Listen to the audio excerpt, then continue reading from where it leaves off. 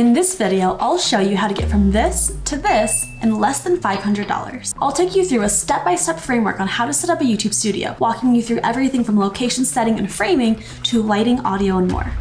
Whether you're in a small space, on a shoestring budget, or simply don't know where to start, by the end of this video, you'll have everything you need to craft a YouTube-worthy background. I'm Aprilynne, and this is how to build a YouTube studio.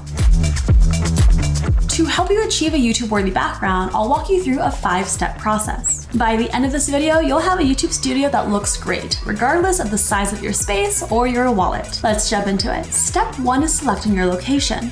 There are a couple of key factors to consider here. First and foremost, you need a space that is clean and clutter-free. Blank walls are optimal as they provide a blank canvas that you can more easily manipulate and control for your own filming needs. If you don't have any blank walls available to you, look for a starting backdrop that is as neutral as possible. Avoid bold colors, extravagant patterns, or too many objects in your background, as they'll be distracting and will take attention away from you. After identifying the blank or plain walls in your space, the next factor to consider is how much depth you can achieve. In essence, how far away can you get from your wall? The more distance between you and your wall, the more depth in your shot, and therefore the more professional looking your video. If you're lucky enough to have a spare room that you can dedicate to filming, that's great. You'll have no problem achieving depth. But if you're working in a smaller space, don't worry. You don't need a ton of space to create depth. Just a couple of feet can make a huge difference. Let me show you what I mean. This is what I look like when I'm pressed directly in front of my wall. Do you notice how flat this feels? It looks very two-dimensional, almost like I'm up against a green screen.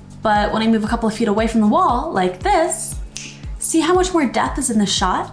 It's more interesting to look at and gives the impression that I'm in a larger space than I really am. If you don't have an entire wall to work with, or you don't have enough space to set up a couple of feet in front of your wall, another option is to set up in a corner. By occupying a corner, you can still recreate the feeling of depth, even if you're not taking up that much space. And even if you do have an entire blank wall at your disposal, using a corner can still help create a more dynamic shot, with angles and depth that are hard to replicate when you're just flat up against a wall. After you select a location that is clean, clutter-free, and has the capability to achieve depth, it's time for step 2. Framing your shot. Framing refers to the composition of your video, which includes your foreground, middle ground, and background. In my current shot, my desk is in the foreground, I'm in the middle ground, and the wall behind me is in the background. Here's another example. In this previous setup of mine, I was in the foreground, my desk was in the middle ground, and the wall was in the background. You don't always need all three, especially if you're pressed for space. In this setup, I only had the foreground, me, and the background, the walls. There was no middle ground. Make your decision now of what you want on your foreground, middle ground, and background, if anything. Don't think about the individual details and decor yet, just the broad strokes and the major furniture. If you want your desk on screen, now's the time to bring it in. Now, set up your camera. Framing is easier if you have a screen on your camera that flips out to the front, but no worries if you don't have one. If you're just using your phone to film, that's okay too. You want to make sure that your camera is level and your shot is stable. You can use a tripod to keep your camera in place, or if you're filming on your phone, there are plenty of inexpensive phone mounts that can attach to your tripod. I'll link all of the equipment I mentioned in this video in the video description below. When you're framing your shot, you want to be centered on your screen, not too close or far away. Your face and upper body should be visible, and enough of your body should be on screen that any hand gestures that you make are visible. In general, you want your camera to be at about eye level, and you want there to be just a little bit of space in between the top of your head and the frame. If the frame looks something like this, try lowering the camera a bit and zooming in or bringing your camera closer to you. After you've framed your shot, it's time for step 3. Adding visual elements. This is, in my opinion, the most fun and creative part of the entire studio building process, and it's really where you can make your background stand out and let your personality shine. When it comes to adding visual elements, the first thing I want you to do is split up your screen into sixths. You should aim for a visual element in every sixth of your screen. For the most part, you are going to take up the middle third of your screen, so turn your attention to the left and right of you. That's where we're going to focus on first. The world is your oyster when it comes to adding in visual elements, but here are a couple of key factors to consider to help you narrow it down a bit. First and foremost, consider the relevance to your niche. The visual elements you include should align with the theme and content of your channel. For instance, if you're a tech channel, can you bring in some of your favorite gadgets or devices? If your channel is related to music, can you bring in some instruments or some stylized sheet music as artwork? On the flip side, keep your space clear of elements that don't belong. Visual elements such as plants can fit into most YouTube backgrounds regardless of niche, But if you're a professional finance channel, it might not make sense to have some anime posters in your shot. Everything on screen should be there for a reason, so keep relevance in mind as we cover the other factors to consider when adding visual elements. The next factor is height. It's easier to fill the lower half of the frame than the upper half, so often these two sticks are overlooked. The use of vertical space in your studio will help your video look more professional, dynamic, and interesting. If you have a large space to work with, consider bringing in tall furniture pieces like bookcases or standing lamps or tall standing plants. These can help you fill up your frame and add more visual interest to your background. If you're in a small space, you can still add height without bringing in tall furniture. Floating shelves are deeply aesthetic and can take up vertical space well. If you can afford it, IKEA has some great options. You can pick up a 12-pack of aesthetic wall panels on Amazon for $30. In my current studio setup, the tall standing plants to my left and right and the artwork behind me help to add height and take up the top half of my frame. In addition to height, you should also consider feeling and vibe when it comes to adding in visual elements. You can achieve this with your choice of textures and colors. In general, a diversity of textures in your frame will help you to achieve a more dynamic looking shot. Let's take a look at the textures that I have in my current setup. In my foreground, we have a smooth desk, a spiky plant, a shiny plant pot, and a glassy practical light. In my background, we have a smooth wall, textured artwork, and the organic look of plants. It all comes together for a clean, slightly academic look. Some other options for incorporating different textures include brick or stone accent walls, wall panels, wood accents, wallpaper, and even throwing in a woven blanket or rug. Your textures of choice can determine the feeling or vibe of your studio. A brick wall may give a more industrial or rustic feel, while cloth elements can bring about a more cozy, homey vibe. What sort of feelings do you want associated with your brand? You don't need to add a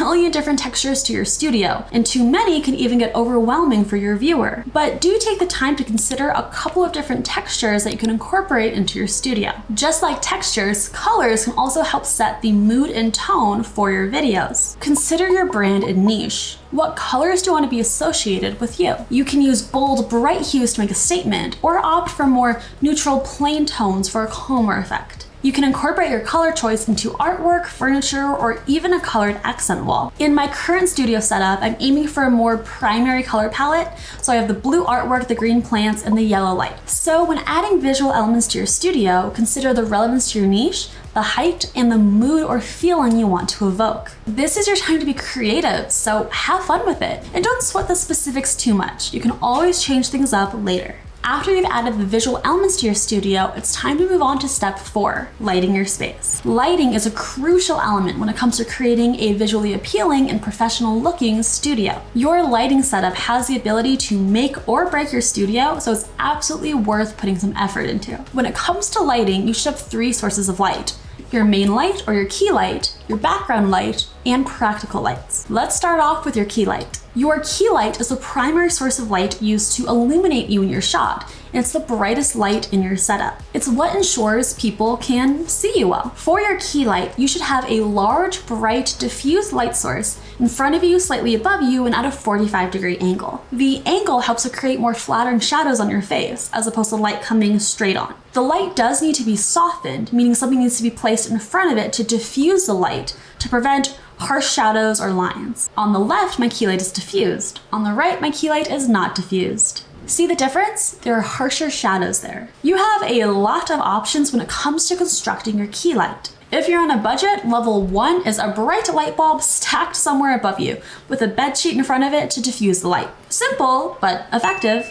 Another simple and free source of a key light is natural light from a window. Some folks love using daylight for your key light. You can sit in front of your window and kind of have it at a 45-degree angle from you, and that would work well. I personally don't love using daylight as my key light because daylight can be finicky. I don't want my filming schedule to be dependent on the weather outside, so I choose to cover up all the window and create my own artificial light. It gives me more consistent control over the look of my studio space. A level 2 key light, which is what I personally use, consists of a tripod, a dimmable LED light, and a light diffuser. I travel often, so I love these LED lights because they take up practically no space. There's a variety of different soft boxes you can use to diffuse the light, but I personally just use a cheap little white umbrella. It gets the job done and it's very packable in case you move a lot. Tripod and light diffuser included, my key light cost me around $130. So you have your key light, whether that be a light bulb with a shade, a window, or a tripod setup. Next, you have your background light. A smaller light illuminating your background helps create more depth, distancing you from the wall behind you. Just make sure that your background light isn't directly visible to your camera and that it's hidden by either you or placed slightly out of frame. Depending on which light you use, your background light can also dramatically affect your color scheme. This video and this video were filmed in the exact same setup with the exact same visual elements. The only difference here is my background light, but it completely changes the color of the entire room. All of that light was created with this tiny LED light. It turns all types of colors, is surprisingly bright, and is very compact. If you keep using one consistent color as your background light, it can really do a lot to help shape your brand. If you'd like to use your background light for color, there is one thing to keep in mind. The brighter the rest of your room, the less saturated your background color looks. Let me show you what I mean. On the left, you can see my studio setup at night with the curtains closed. There are no other light sources other than my key light, my background light, and my practical light on my desk. On the right, you can see my studio setup during the day with the windows opened. There's a ton of natural light, and as a result, you can barely make out the color of the light in the background. There's no right or wrong way to do it. It all just depends on the vibe and feeling that you're going for. After you have your key light and your background light, your setup is looking pretty good. But to take things one step further, you can add some practical lights. Practical lights aren't meant to light up an entire room like a background light. Instead, they're placed almost like decoration. But when placed in a frame, they create a deeper, more dynamic, and overall more attractive studio space. You can place your practical lights in your foreground, your middle ground, or your background. In my current studio setup, I have some string lights wrapped around a tree in my background and a small heart-shaped lamp in my foreground. Other options for practical lights include floor lamps, table lamps, LED light strips, and candles. After you have your key light, your background light, and any practical lights you want to add, you're ready to move on to step 5, setting up your audio. Having good audio is just as, if not more important than, having good lighting. Poor audio quality can immediately turn viewers away, as no one likes to endure scratchy, muffly, echoey, or otherwise unpleasant sounds. If you're on a budget, most smartphones already have a decent enough microphone built in. The issue is that the further away the microphone is from your mouth, the poorer your audio quality. This means that if you're sitting here and your smartphone is a few feet away from you filming you could run into some audio problems. The next step up from a built-in smartphone microphone is a cheap lavalier microphone. You can just plug it right into your phone or camera, clip it onto your shirt, and you are good to go. Lav mics are great for getting the microphone very close to your mouth, but I don't personally love the look of them on camera. And if you have some long hair or a flowing shirt, you might pick up some rustling on your lav mic. One step up from a lav mic is a shotgun mic. This is what I personally use in my setup. Shotgun mics are great because they're directional. This means that they pick up sounds from the direction that they're pointing at, helping to reduce background noises from other directions. Most cameras have aux inputs for your shotgun microphone and a port on the top for your microphone to be placed, but you can also plug it into smartphones as well. If you don't sit very far away from your camera when you're filming, you can just place your microphone right on top of your camera. But if you want to go one step further, you could get a microphone stand. Remember, the closer to your mouth the microphone is, the better audio quality you will have. For clearer audio, you can configure your microphone stand to hold your microphone just out of frame, pointed right at your mouth. After you situate your audio, do a sample recording for a sound check. Transfer the file onto your computer to test the sound. Don't just rely on the speakers on your camera. If you sound too soft or crackly, bring the microphone closer to your mouth while remaining out of frame, using a microphone stand if needed. If you hear a small echo or reverb, it's probably because you have hardwood or tile floors. Cover up the floors with blankets and toss some pillows in the corners to help reduce echo. If everything sounds good, you are good to go. You've selected your location, framed your shot, added visual elements, lit your space, and set up your audio. Your studio is looking pretty good. But an attractive YouTube studio is only one small factor in launching a successful YouTube channel. I've condensed all of the YouTube knowledge I know into a comprehensive course called The Beginner's Guide to YouTube from Zero to Monetized. It walks through everything I learned from growing my previous channel from 0 to over 22,000 subscribers in just a few months. In it, you'll learn how to best set up your channel channel for success, how to optimize your videos for maximum views, how to get monetized faster, and much, much more. You can check out the beginner's guide to YouTube in the video description below. And if you're curious about why I'm starting a brand new channel, check out this video. Otherwise, thank you so much for watching. Like and subscribe if you can, and I will see you in the next video.